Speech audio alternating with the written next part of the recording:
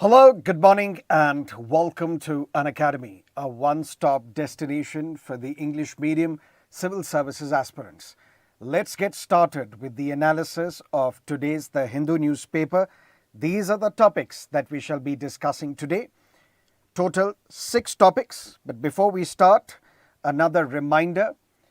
Yesterday, we launched the NCERT course, wherein I will discuss in 8 classes Class 11th textbook in political science, Our Constitution at Work. Lecture number 2 will go live at 6 o'clock in the evening. Should you wish to attend these sessions, all you need to do is subscribe to our YouTube channel. And if you're liking these initiatives, do not forget to press the like button. So let's get started and let's look at topic number 1, Supreme Court freezes illegal bulldozer action till hearing on October 1. You might have heard of these terms, bulldozer Raj or bulldozer justice. But what does it mean? There is a problem in a particular locality. There is a disturbance in a particular locality. And let's say there is a communal violence or communal disturbance between 2 religious communities at a particular location. Then what happens? The administration comes, brings in bulldozers, and then razes to ground the shops or houses of those who are accused of this communal violence or communal disturbance. This is what we call the bulldozer action. You should not call it bulldozer Raj or bulldozer justice. The term that you can use for UPSC examination should be bulldozer action. So what is this bulldozer action? If there is a communal disturbance predominantly in a particular area, administration comes in, brings in the bulldozers, razes to ground the establishment, the shops or houses of those who are accused of this communal disturbance. Now, when administration is asked, why are you doing this? They say these houses have been established on the illegal land or they have encroached into the government land. So these are basically illegal constructions or encroachments into the government land, and that is why we have to raze them down. But according to the Supreme Court, not me, there is glorification, grandstanding and justification of these bulldozer actions, leading to people calling some as bulldozer Baba or bulldozer Mama. So basically, this is one way of granting what we call a quick justice. So if you look at it from the side, from the prism of the government, it is a quick justice. But when you look at it from the constitutional experts or activists, they say it is nothing but state-sanctioned violence. Why? The most important concept is rule of law. And the first principle of rule of law is nobody shall be punished in body or goods except for a breach of law. Unless and until you have violated a law, you should not be arrested, your life and liberty should not be snatched, your property should not be snatched from you. That is what we call the first principle of rule of law. Even if you are accused, the job of granting justice is not given to the executive under the Indian Constitution. That's the job of the judiciary. So judiciary has to decide whether you are guilty or innocent.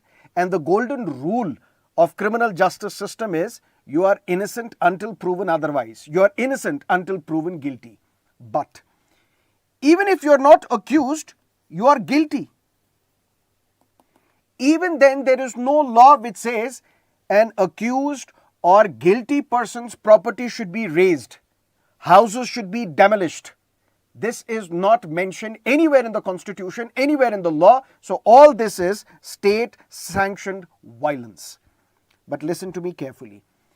if indeed it is an illegal structure, it should be razed down.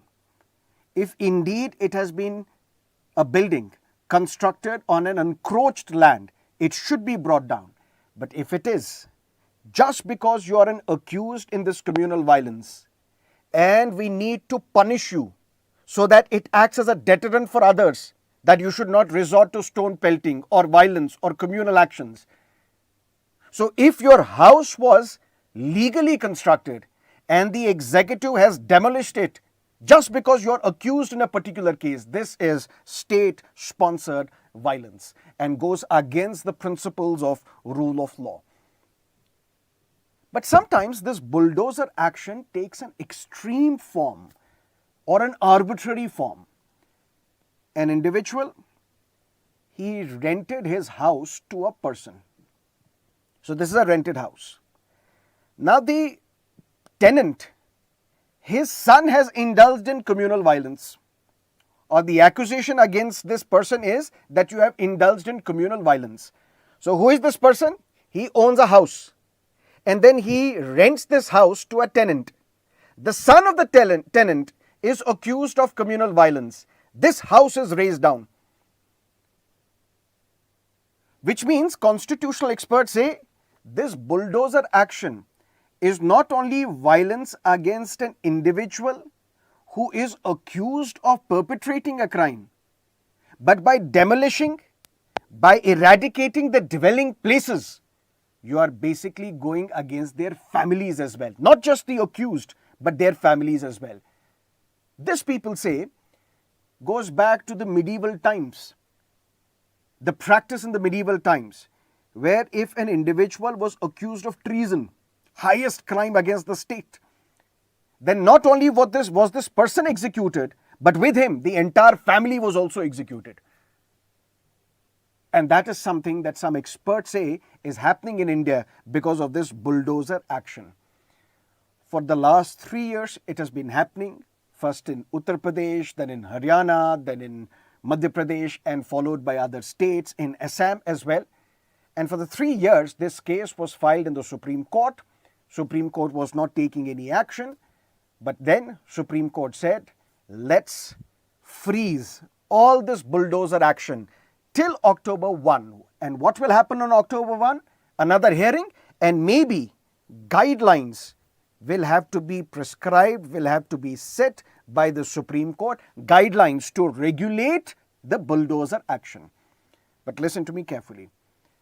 That does not mean that no illegal encroachments could be demolished. The two judges of the Supreme Court, while addressing the Solicitor General of India, said, if you want to demolish a gurdwara, a mosque or a temple, if it has encroached a public place, do that. But bulldozer action of this kind, where a person is accused of committing communal violence, but then you raze and demolish the houses, the buildings of such accused, that is something that we will not allow. All this should be frozen till October 1, when we will hear this case again, and then maybe we will frame guidelines. But two judges of the Supreme Court said, if there are unauthorized structures on public roads, if streets have been encroached, if footpaths have been encroached, if public places such as water bodies have been encroached by the greedy capitalist class, you should demolish it. For that, this freeze will not be applicable. This freeze will be applicable only in these alleged instances of abuse of the bulldozer action. But there are some people who also criticize the Supreme Court because Supreme Court seems to be talking about guidelines. What are these guidelines? Is murder allowed in India? No. So what we have to do? We have to eradicate it. Can we say tomorrow that Supreme Court will issue guidelines to regulate murder? Experts say if this bulldozer action is patently unconstitutional, patently illegal, then for what are you going to make these guidelines for? If you make these guidelines would then justify an illegal action, would legalize an illegal action such as the bulldozer action. So these constitutional experts say what we need to do, we need to quell, we need to put an end to this bulldozer action and to this state-sponsored violence. What will happen on October 1? Then let's have an elaborate discussion on this topic. But this is what you need to know regarding this topic on page number 1 of the Delhi edition of today's The Hindu newspaper. Let's look at another important topic. And this has been beautifully written. Maybe you might hear these arguments for the first time and listen to me calmly, patiently. I'll start with a disclaimer that these are not my words. These are the words of the writer. So if you have some disagreements, don't disagree with me, disagree with the writer. And disagreement is health. Dissent is very important in a democracy. That's what Voltaire would also say. I disagree with what you say, but I will defend till death your right to say this. To understand this newspaper column, we need to first understand a concept called prison industrial complex. And this is normally used, this phrase is normally used in the context of the United States. But listen to me carefully. A crime has happened for which there is an individual who is accused of committing this crime. This accused is put behind bars, prison, as an under trial, because the trial is still going on, or maybe the trial has not yet begun. But once this individual has been declared guilty, then you have to serve your prison sentence. Which means if there are crimes being committed in a society for which we need to punish these people by sending them to prisons. So basically, there are crimes for which there are either accused or there are convicts. And these individuals are sent to prisons. But there is always a limit to the capacity of a prison. And that is why in United States, private prisons have mushroomed. Private prisons have been established by whom? By the corporates. By whom? By the private businesses. Which means if there is more crime in the society, if there are more people who are accused of crime, if there are more people who are convicted of the crime, they will have to serve their time in the jail, in the prisons, predominantly private prisons. So as the crime increases, the number of people in the prisons would also increase. So who is getting benefited from this? The business class. But there are other businesses which also flourish, such as those entities which supply food to these prisons, items to these prisons, goods to these prisons. So it is good for the economy. In a sense, if the crime increases, if the number of people accused of the crime and the convicts increase, they will have to serve their time in the prisons, whether government prisons or private prisons. Ultimately, it will help the business class. Then there is one more concept that you need to understand, and that is called abolitionist feminism.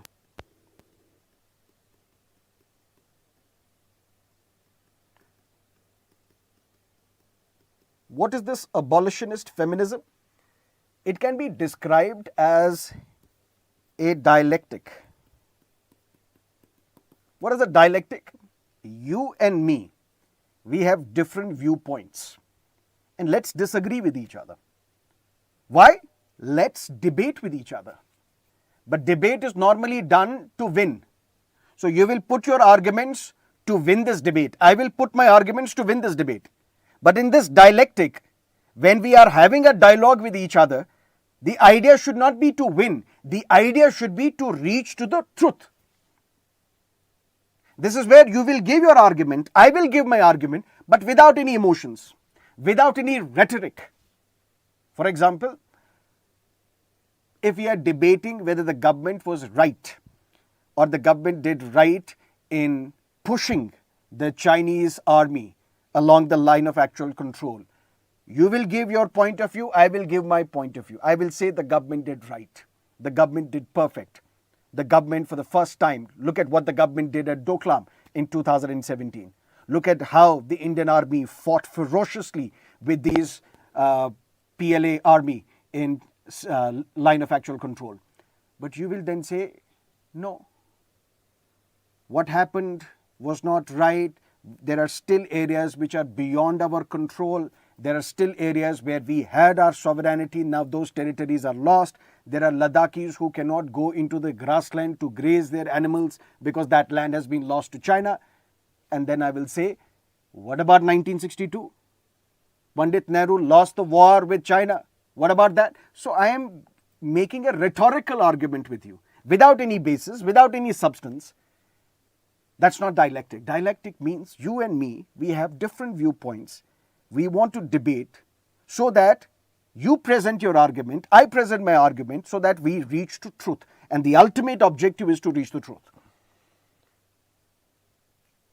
Abolitionist feminism says, abolish this prison industrial complex. We don't need them. Why? I'll tell you slightly later.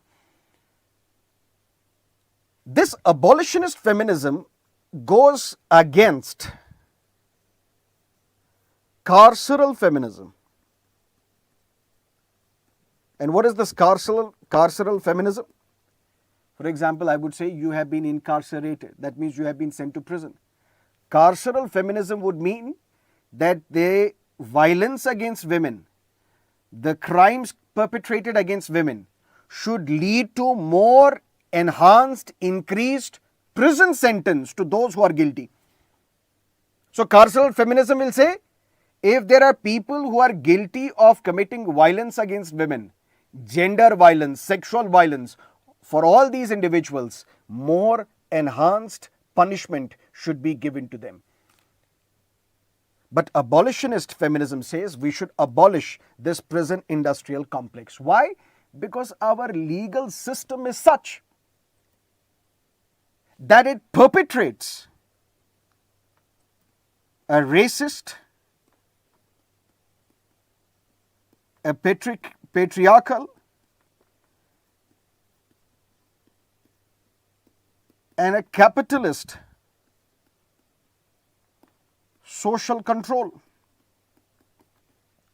This abolitionist feminism, they say in context of the United States, the legal system is such that it perpetrates racist, patriarchal, capitalist social control. And we don't need social control. What we need is social transformation.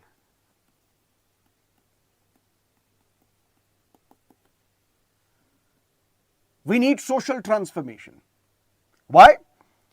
Because let's say in India,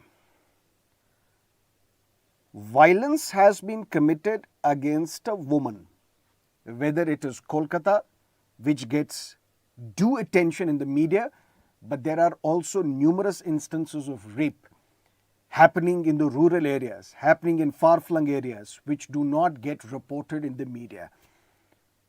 According to various statistics, 4 rapes happen every hour in India, but only one, that too in 6 months, gets the kind of attention that this Kolkata rape and murder got. But the fact is, why do we need to punish those who are accused or guilty of this rape? Why? They should be punished, but you also need to understand what is the reason, what is the rationale given by people. For example, in Bollywood movies, and movies are also basically a reflection of the society. What is happening in the society gets portrayed on the 70 screen. These people should be hanged. Why? Because he assaulted my daughter or my wife. Khandan ki izzat par haath lagaya hai. Izzat, honor. So viewing women only as the honor of the family, this is patriarchal, according to the writer. So our legal system is designed to perpetrate what? A racist, patriarchal, capitalist social control. And that is what this writer also talks about. He says, look at the statistics. Majority of those who have been sentenced to death imprisonment, death penalty in India, majority of them belong to marginalized communities. weaker sections of the society, minorities who do not have access to capital, to get bail, to get good legal defense so that they can come out of these jails. What we need is not social control, what we need is social transformation. That is why this abolitionist feminism, they are against the concept of prisons. They want to reform these people so that they can be an asset to the society. But listen to me carefully. When rapes, violence happens against women, for example, violence against women and children, what do we call those who are perpetrating these crimes, who are accused of these crimes? Haiwan, Vashi Darinda, Rakshas. And the writer says it amounts to othering, as if these people are not part of the society that we all live in. Whom you are calling Rakshas, Vashi, Darinda, Haiwan, these are all part of the society of which all of us belong to. And they come from the society, they are a product of the society. So this othering does not make sense. And we call for justice for the victim. Why? Because we have to uphold the honor of the family. Not the justice for this lady because she lost her agency, she lost her life, but because it is related to the honor of the family. And this article is written in the context of Aparajita Bill, which was passed by the Bengal Legislative Assembly. And although this article erroneously says, among other things, it introduces death penalty for the offence of rape, this is factually incorrect. Why? Because there was already death penalty for rape. But what this Aparajita Bill tries to introduce is a mandatory death sentence. What is this mandatory death sentence? If there is a man who is guilty of raping a woman, but by indulging in this rape, it has led to the death of this woman, or this woman has entered into a permanent vegetative state. For example, something that happened with Aruna Shanbag. Although the person who was accused of assaulting Aruna Shanbag, he was not convicted for sexual assault. But be that as it may, he hit her with an iron rod and ultimately she went into a permanent vegetative state where there is no hope for survival. That means you are brain dead.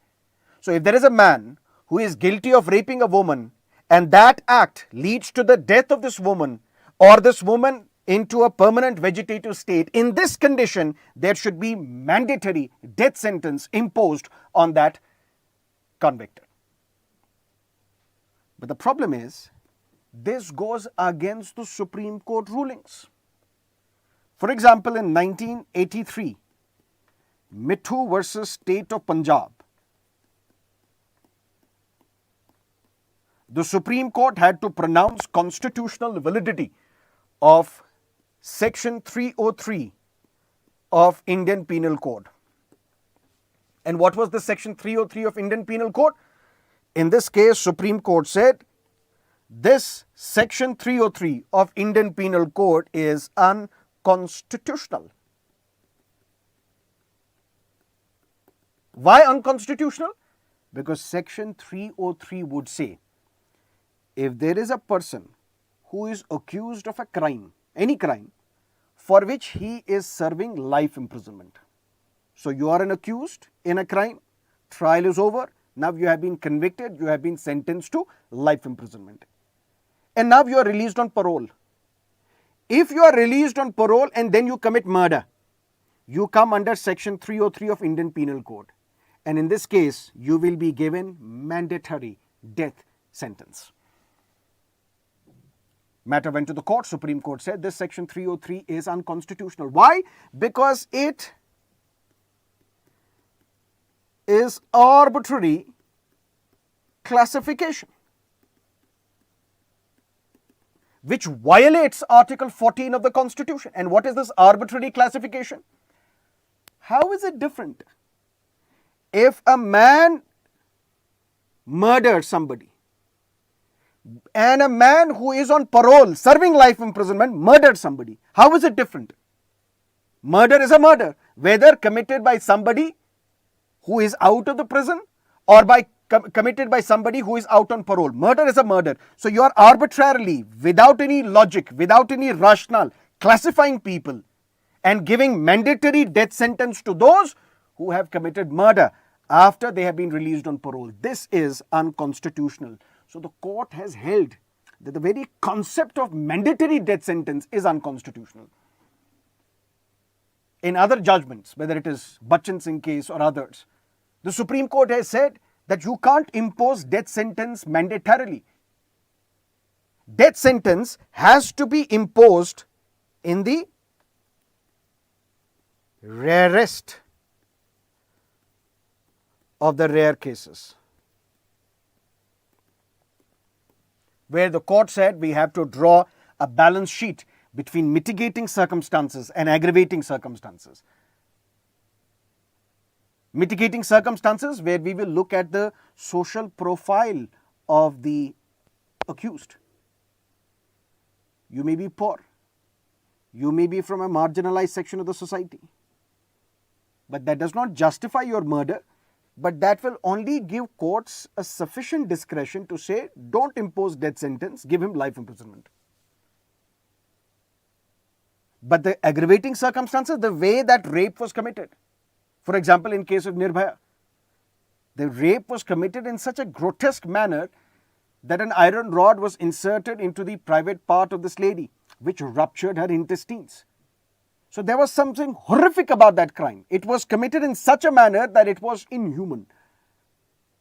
And if we give life imprisonment in this case, it won't be justice. It would be travesty of justice. So the court has said mandatory death sentence is unconstitutional. The court has said you can't impose mandatory death sentence because death sentence can be imposed only in the rarest of the rare cases.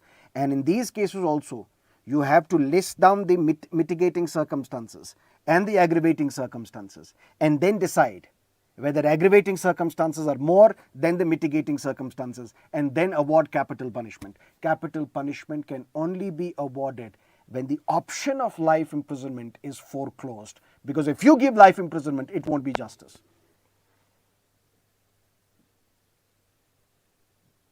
So what this abolitionist feminism, the writer says, if the objective behind the death penalty is not fulfilled, because the objective was meant to be deterrent.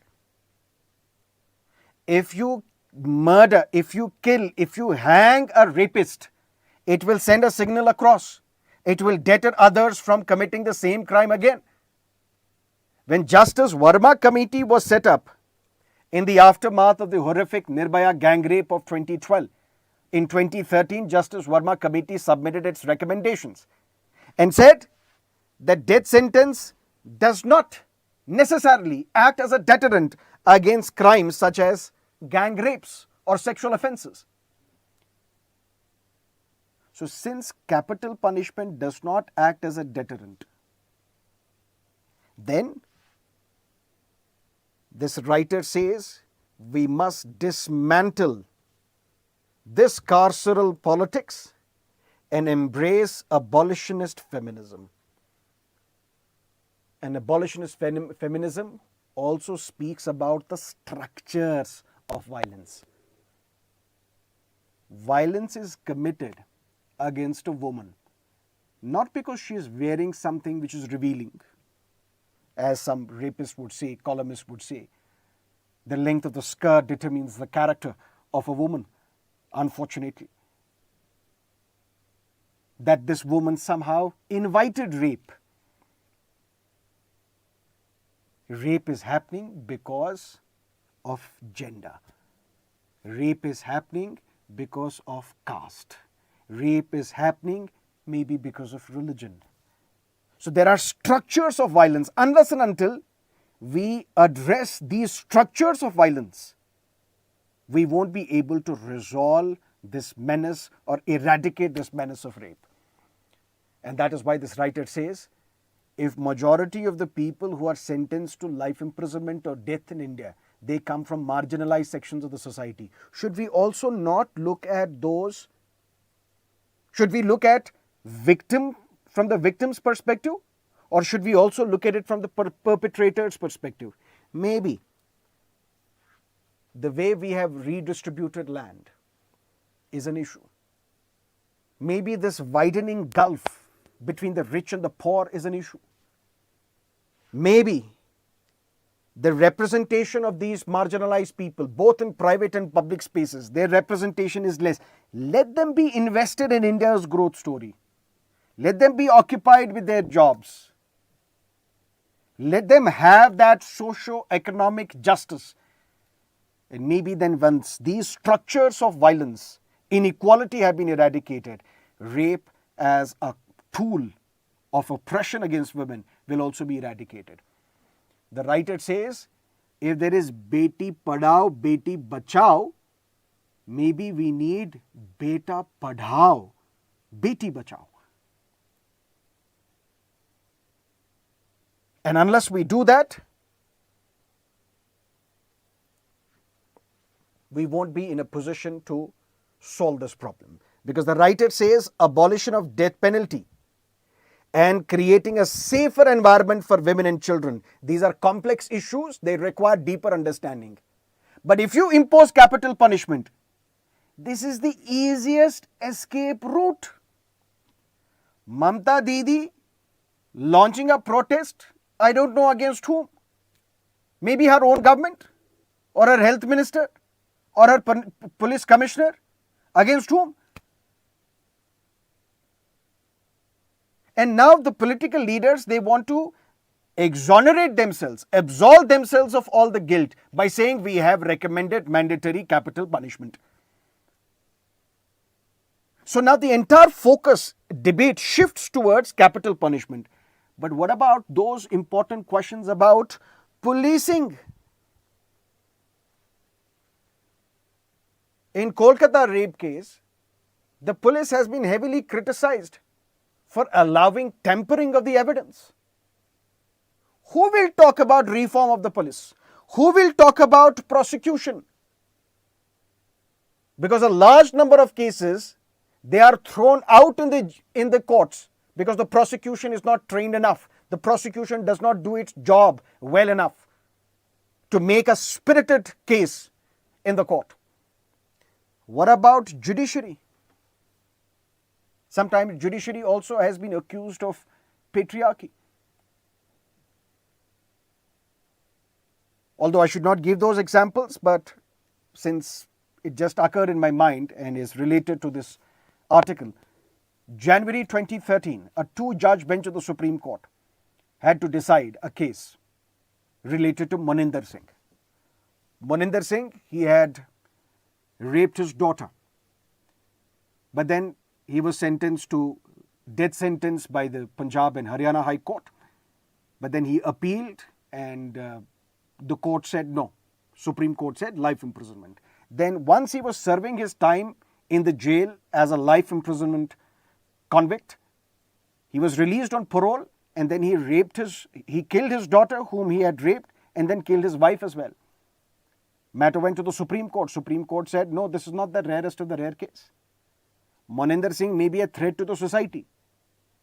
Maninder Singh may be a threat to his family, but he's not a threat to the society. So we can't impose capital punishment, let's impose life imprisonment. 2 weeks later, the same judge was hearing a case where a 7-year-old boy was kidnapped and killed. Supreme Court said this is rarest of the rare case. Imagine the plight of the family who has lost their only male child, who would have carried forward the family lineage. When Bhamri Devi was gang raped in Rajasthan, all the 5 accused were acquitted. Why? Because the court said, we can't imagine. Because 2 of the accused, one was nephew, the other was uncle. We can't imagine that in Indian culture, nephew will rape somebody in presence of the uncle or uncle will rape somebody in presence of the nephew. And what was the husband of the Bhamri Devi doing? Why did he not retaliate? Why was he sitting idle? He should have rebelled. He should have taken up upon himself to fight these 5 rapists.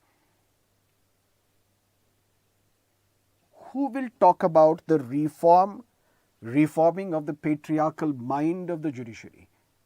who will talk about the reform of the police, who will talk about how prosecution needs to be trained, and who will talk about supporting the survivors of violence. That is why this writer says we need to go beyond carceral feminism, embrace abolitionist feminism, which speaks about addressing the structures of violence. And once we have addressed them, then maybe all these instances, abuse of women would end. That is what you need to know from this topic, the continuing distribution of the death penalty. Let's look at editorial, topic number 3, third front. And I will make it very quick just to tell you what is mentioned in this article because we have covered this multiple times. October 7, 2023. Hamas, a militant terrorist organization, crossed the Gaza-Israeli border, killed Israeli civilians, took some of these civilians as hostages, including men, women, children. In response to that, the Israeli government launched an all-out war against Hamas, and which, according to various newspaper reports, in this process, more than 40,000 Palestinians have lost their lives. And Israel has also been accused of orchestrating genocide. But be that as it may, Israel is fighting against Hamas in Palestine. It is now also fighting against Houthis in Yemen. And it is also fighting against Hezbollah in Lebanon. And whether it is Hamas or whether it is Houthis or Hezbollah, all are supported by Iran. So this seems to be now a rivalry between Iran and Israel because both want to compete for the influence in West Asia, in Middle East. Houthis launched missile attacks 2,000 kilometers away into Tel Aviv, into Israel. Although Israel says we intercepted that missile or we discarded it, but whatever it is, it was an attack. Look at the map. This is where Yemen is. In 2014, Houthis, they controlled Sana'a, the capital of Yemen. Then Saudi Arabia, which is Sunni state. Houthis are the Shias, backed by Iran, which is also Shia. So Shia-Sunni rivalry also plays its role. In 2015, Saudi Arabia and some of our allies, they launched attacks against Houthis inside Yemen. And then there were two governments in Yemen, one backed by Saudi Arabia, the other of the Houthis. And then Houthis and this Saudi-backed government, they also entered into a ceasefire. But long story short, there are Houthis in Yemen who are getting support, military support, financial support from Iran, and 2,000 kilometers away, they launched an attack, missile attack on Israel. Now, Israel will retaliate, but then it also speaks about the complex politics that's happening in the Middle East. And something dramatic happened yesterday. Hezbollah. Israel uses surveillance massively. In fact, there was a lot of controversy a couple of years ago when it was alleged that a software known as Pegasus, which is controlled, which is owned by an Israeli firm, and which sends this or which sells this software only to governments, was used by the government of India to snoop on judges, on political leaders, on activists, on journalists. Allegation. So Israel is involved in a massive surveillance. In fact, it uses facial recognition across the Gaza to point out towards the terrorists. Hezbollah knows about this, that surveillance tactics are used by Israel.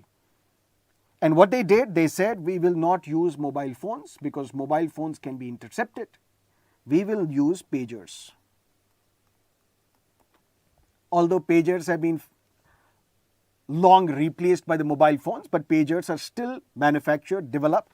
And in fact, the pagers that were used by Hezbollah, the activists, the leaders, the militants of Hezbollah, they used the pagers manufactured by a company, Gold Apollo.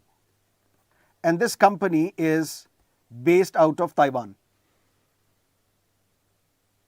As if in a coordinated manner, hundreds and thousands of these pagers exploded yesterday in Lebanon, killing, I think, 9 people, injuring more than 2,500 people as well. How is it possible?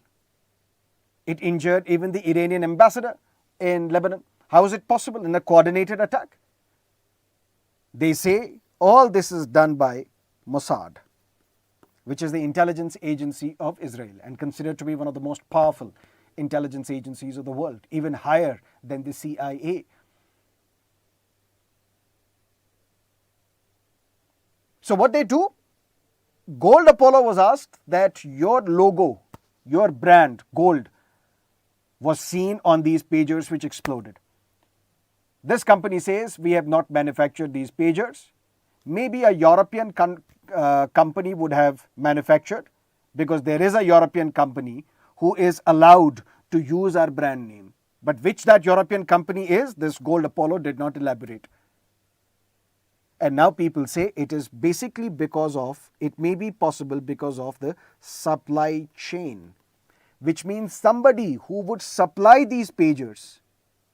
At that time, Mossad may have gone active, may have planted some explosives, because these pagers, they use lithium batteries, and then might have used explosives, incorporated explosives into these pagers, and then in a coordinated manner, all of these exploded at the same time. So crisis in Lebanon, Yemen, Israel, Palestine, this entire process, this entire region, this Western Asian security situation becomes very, very challenging. And this editorial says all this could be sorted out if there is a ceasefire in Gaza.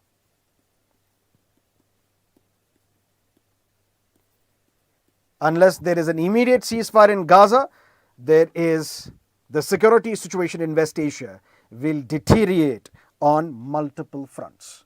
Who says this? The Hindu editorial.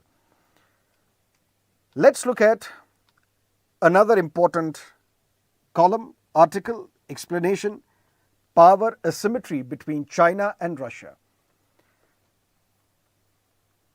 Is Russia a junior partner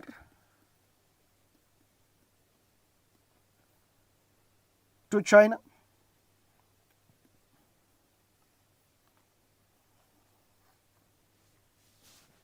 That's the critical question that we will try and address in the next few minutes. Since the year 2000, when Vladimir Putin became the leader of Russia, he has visited China 19 times. President Xi Jinping, he says, I have interacted and met Vladimir Putin more than 40 times. Now don't tell me, sir, why are you lying? You are saying that Putin went to China only 19 times. So how did Xi meet Putin 40 times? They might have met at international forums as well. Not necessarily. You don't have to necessarily meet in Russia or China. But be that as it may, both these countries, they say what we are building is everlasting friendship. And both these countries say our friendship is not directed at somebody. Our friendship is not out of convenience. Our friendship is based on our shared objectives, and we will build an everlasting friendship with each other, Russia and China. The year was 2014, when Russia annexed Crimea. And you would know, maybe you would know, that this was when Russia was also suspended from G8 group of countries. And that is when this G8 group of countries became G7 group of countries. But then in 2022, what Russia did, it invaded Ukraine. And after the invasion of Ukraine, massive sanctions were imposed on Russia by United States, by other Western European countries. And these sanctions, what they did, they pushed Russia towards the Chinese lap. They brought Russia and China closer. I guess it was in February 2022 when both these countries, Russia as well as China, they signed a no limits strategic partnership. And within days of signing the strategic partnership, Russia invaded Ukraine. And after the invasion of Ukraine, where it is argued now that Russia is in a very strong position of winning this war in Ukraine, there are also those who criticize the leader of Ukraine, saying because he gets funding from West and other European countries, that is why he does not have any incentive to stop this war. Otherwise, maybe the war would have been stopped. But we don't know who is right or who is wrong. The point is, United States and other Western countries, they are trying to put pressure on China that you should stop supporting Russia. Because without your support, Russia's position in Ukraine war would have been very, very weak. West and United States, they say, China, what it is doing, it is transferring tech. And this tech is used by Russia to build missiles, tanks, weapons. So pressure is being put on China that you should stop, you should pause transferring this technology to Russia. On the other hand, the West is accusing China of supplying dual-use items to Russia. And what is this dual-use item? An item which can be used for military purpose as well, which can be used for the civilian use as well. For example, lorries, excavators. You might say these are harmless items to be sold to anybody. Lorries can be used to ferry people. Lorries can be used to ferry army as well. Excavators are used to dig trenches. These trenches can also be used by the army men to fight this war.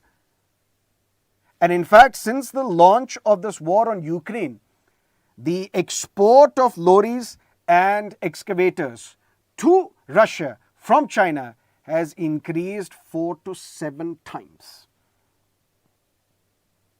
So what are we discussing? Russia and China. Is Russia a junior partner in this relationship between Russia and China? That's the key question that we need to address. And what will be its implications for India? Because 70% of the arms imports that we do, we depend on Russia. And what if tomorrow there is a war between India and China? Whose side will Russia take? China or India? And this column says, it is not about willingness. It's about the capability. Even if Russia is willing to support India, but whether it has the capability to withstand the pressures coming from China, that's something that we have to understand. But Russia and China, they have something in common. What is that common? Their distaste, mutual distaste for US and other European superpowers, particularly when it comes to dollar. Everything is in dollar. When it comes to SWIFT, which is the banking messaging system which is used to initiate international transactions, payments, this is based in Europe, Brussels. So everything in dollar, we rely on SWIFT. So we are dependent internationally, monetarily, economically on the West, on United States. In fact, Forex, in fact, some of the assets. So when Russia invaded Ukraine, a large amounts of Russian investment stopped. And their money, which was stashed in different countries, that money was blocked. If something of this sort happens with China, China would be scared. China would be worried. Because close to 770 billion of China's 3 trillion foreign reserves, they are currently held where? In US treasuries. What if US blocks them? China is also building an alternative to SWIFT. But China is not in a hurry. Russia is in a hurry. Since Russia is in a hurry because sanctions have already been imposed on Russia, China is not in a hurry. So in this China-Russia relationship, who has the upper hand? China. Then when we look at the asymmetry in their regional bilateral trade, trade has increased between Russia and China. But let's look at the important dynamics of this bilateral trade. If you look at exports to China, make up for 30% of Russia's total exports. So of all the Russian exports to other countries, 30% goes to China. Massive. But Russia accounts only for 3% of China's exports. So China is exporting more to other countries than to Russia. Russia is exporting more to China than other countries. So who is more dependent? Russia. And these Russian exports to China are also majorly fossil fuel. What if there is a fall in the prices? There are other variables involved as well. This makes Russia a junior partner or slightly less relevant partner when it comes to this relationship between Russia and China. But be that as it may, the relationship between Russia and China was not always this strong. It is argued that in 1949, when Mao Zedong, the leader who established the People's Republic of China in 1949, when he went to Russia, the Soviet Union, to meet Joseph Stalin, he was made to wait for weeks for a meeting with Stalin.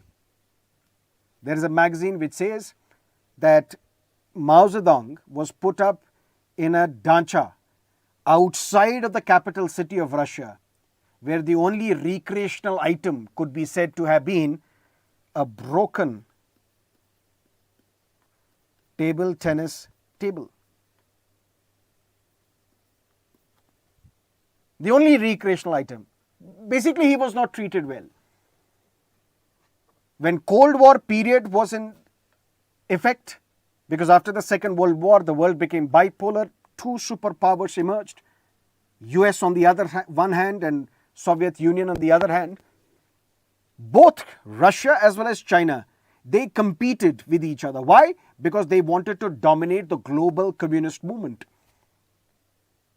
Because when a large number of countries in Latin America, in Africa, also in Asia, when they liberated themselves from colonialism, some of them embraced communism.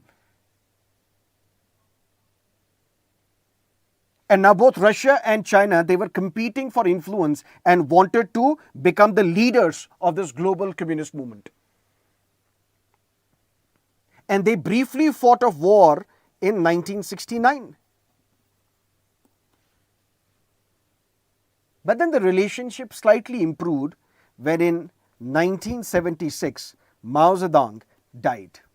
But even then, the relationship was still, we can call it, for the lack of a better word, frosty.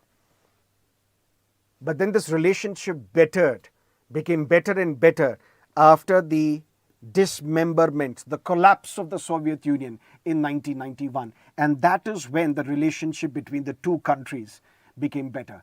That is where Russia saw that China is our biggest investor. China saw that we can get raw materials from Russia. But over a period of time, because China alone has the massive money power, China is the senior partner in this relationship, and that is going to have an impact on India as well. That is what you need to understand from this particular topic. Let's look at some of the topics relevant for the prelims. Army's 2021 botched up Operation Supreme Court closes criminal proceedings. There is a law called Armed Forces Special Powers Act, which was enacted in the year 1958. What is the purpose of this law? If there is a state or there is a union territory, and in the state we have a governor, or in this union territory we have an administrator, or it is the central government. If in a particular state or a union territory, the governor of that state or the administrator of that union territory or the central government believes that this entire state or the union territory or a part of the state or a part of this union territory is disturbed,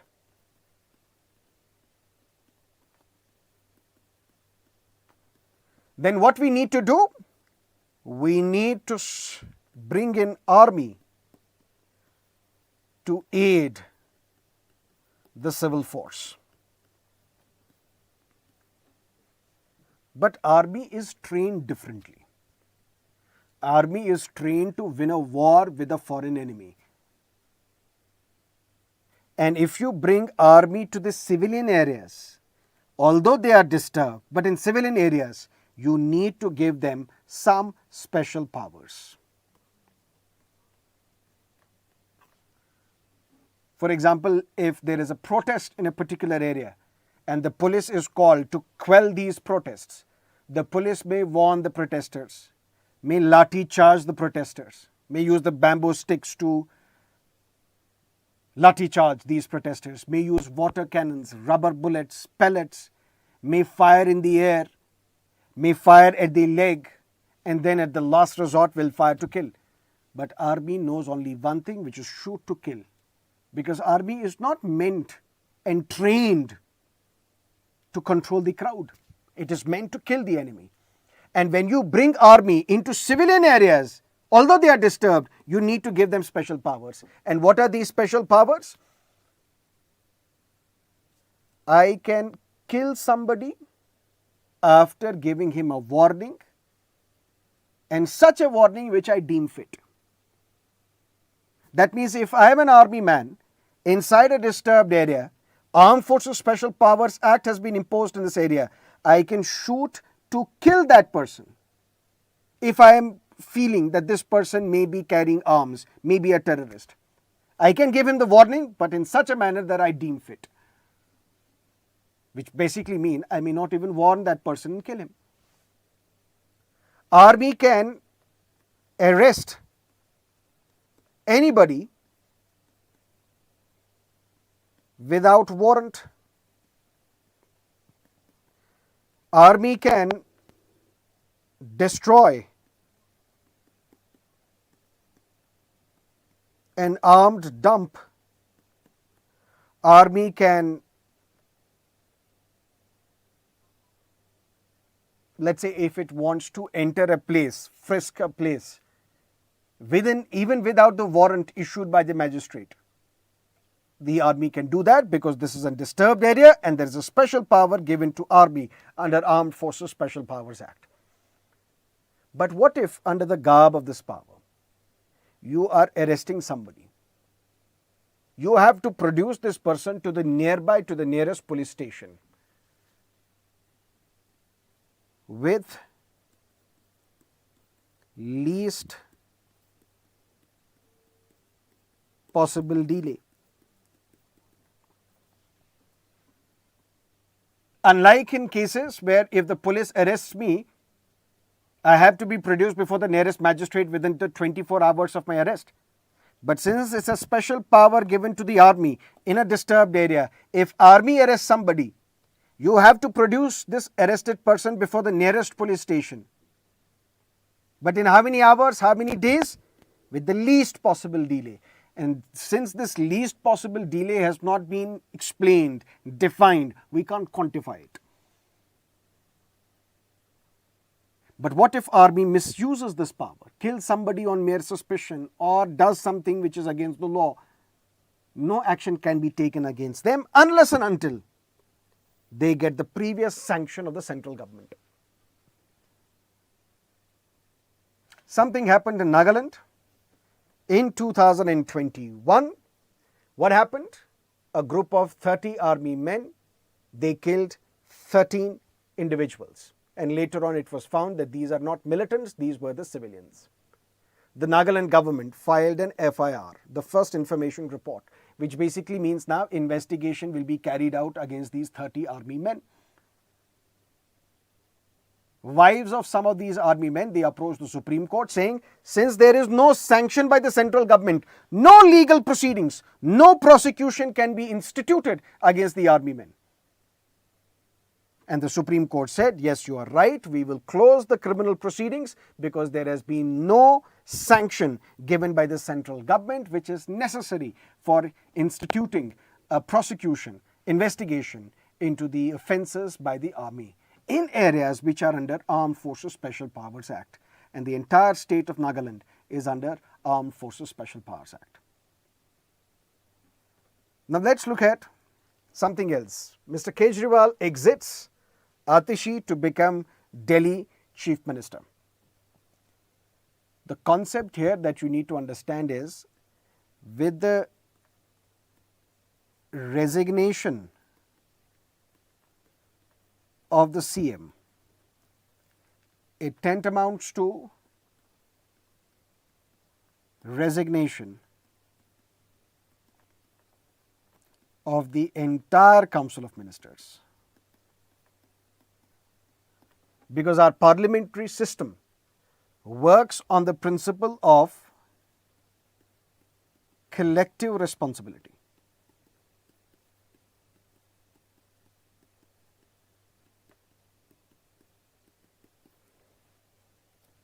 If the Chief Minister resigns, that means the resignation of the entire Council of Ministers.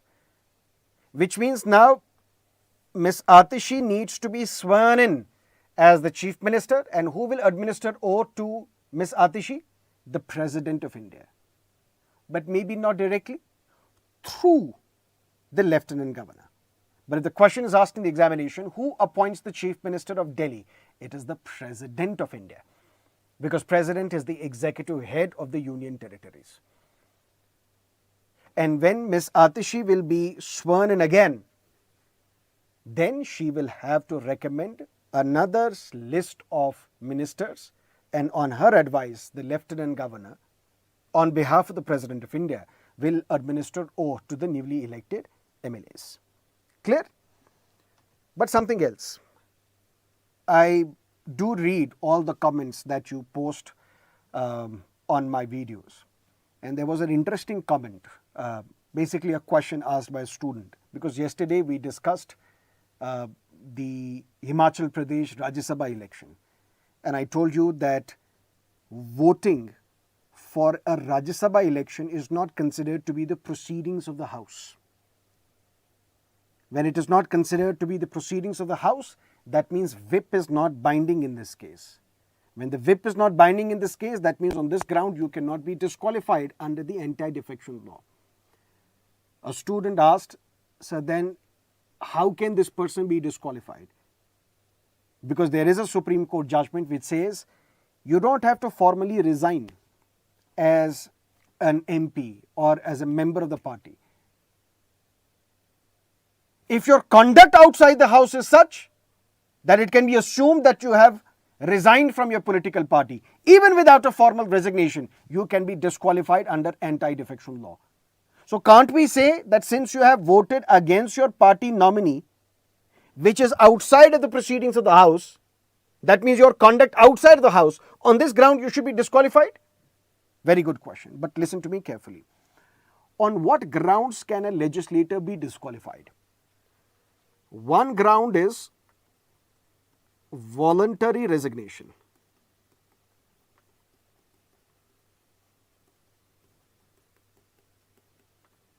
The second ground, there are multiple grounds, 4 grounds, but the second ground is if you violate the whip. Particularly if this is a 3-line whip. But voting for Rajya Sabha elections is not the proceedings of the House. Whip can be issued only for the proceedings of the House. Whip can be issued for a motion, for a resolution, for a bill. So whip can't be issued to your MLAs that you have to vote for Abhishek Manu Singhvi in the Rajya Sabha elections. So when whip cannot be issued on this ground that you have violated this whip, you cannot be disqualified. Clear? But even then you can be disqualified. Not for violating the whip, but on the grounds that you have voluntarily resigned. But these 6 Congress MLAs who did not vote for Abhishek Manu Singhvi, they did not resign from the Congress party. But even then, the speaker may say that your conduct outside the house is such that we can safely assume that you have resigned, that you voluntarily resigned from the political party, you should be disqualified under anti-defection law. So those who did not vote for Abhishek Manu Singhvi as the Congress nominee, these Congress MLAs could have been disqualified, not for violating the whip, because whip is not binding, because whip cannot be issued, but for voluntarily resigning from the party. And these 6 MLAs were disqualified by the speaker, but not for voluntary resignation, but for violating the whip. But this time the speaker said, we are disqualifying you because you did not vote in the budget.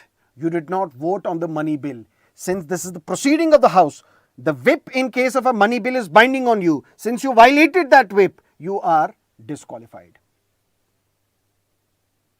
That is the clarification that you were all seeking, and this is the clarification that I have now given. Let's look at 2 practice questions for your mains examination. Number 1. The death penalty has long been a controversial form of punishment, with growing global advocacy for its abolition. Critically examine the arguments for and against abolishing death penalty in India, considering both ethical and practical perspectives. Suggest alternatives to capital punishment in Indian criminal justice system. There are lots of arguments in favor. For example, capital punishment acts as a deterrent. Capital punishment gives closure to the victims. Capital punishment prevents recommitting those crimes. For example, if Masood Azhar, Mushtaq Zargar, Omar Sharif were killed, were hanged, IC 814 would not have happened. So there are arguments in favor of capital punishment, and there are also arguments against capital punishment. One such argument is irrevocability. Once capital punishment has been imposed, once you have been hanged, your life cannot be brought back. But why do we need her life or his life to be brought back? What if we realize that the judgment was not good, judgment was not proper, you were not guilty, you were innocent? If you were given life imprisonment, later on the evidence was presented before the court that you have not committed this crime, you will be set free. But what if you were already hanged? The strongest argument against capital punishment is that it is irrevocable. Second honest critical argument against capital punishment is this rarest of the rare doctrine. Because if my case goes to a judge or goes to a bench of judges who don't believe in capital punishment, I will be given life imprisonment. But if my case goes to a bench of judges who believe in capital punishment, they will award me capital punishment on the same case. Isn't this arbitrary? Because you have not defined what is this rarest of the rare case. Does it not give enough discretion in the hands of the judges? And this is not something that I am saying. Justice P.N. Bhagwati says. Justice P.N. Bhagwati asked, am I to live or die depending upon how benches are constituted from time to time? Is it not violative of right to equality enshrined in the Constitution under Article 14? That's the argument against capital punishment. And what is then? There is a ethical argument or a moral argument, and this is where you can cite the writings of Thomas Hobbes, John Locke, the contractualist, who say it goes against the contract theory if you snatch the life of an individual, because the state does not have the power to snatch the life of an individual because it violates the contract. But be that as it may, what are the alternatives, reforms, so on and so forth, something you can mention here. The evolving strategic partnership between Russia and China has significant implications for global geopolitics and regional power dynamics. Analyze the impact of the growing Russia-China relationship on India's foreign policy, security concerns, economic interest, and how should India navigate this changing geopolitical landscape. Something that you can easily answer if you have attended my session today where we discussed Russia-China relationship. And if you have understood all the topics that we discussed today, don't forget to press the like button and drop in your comments as well. And do not forget to subscribe to our channel, and see you at 6 p.m. today with lecture number 2 of NCERT Polity series. Thank you for watching. Goodbye. Take care.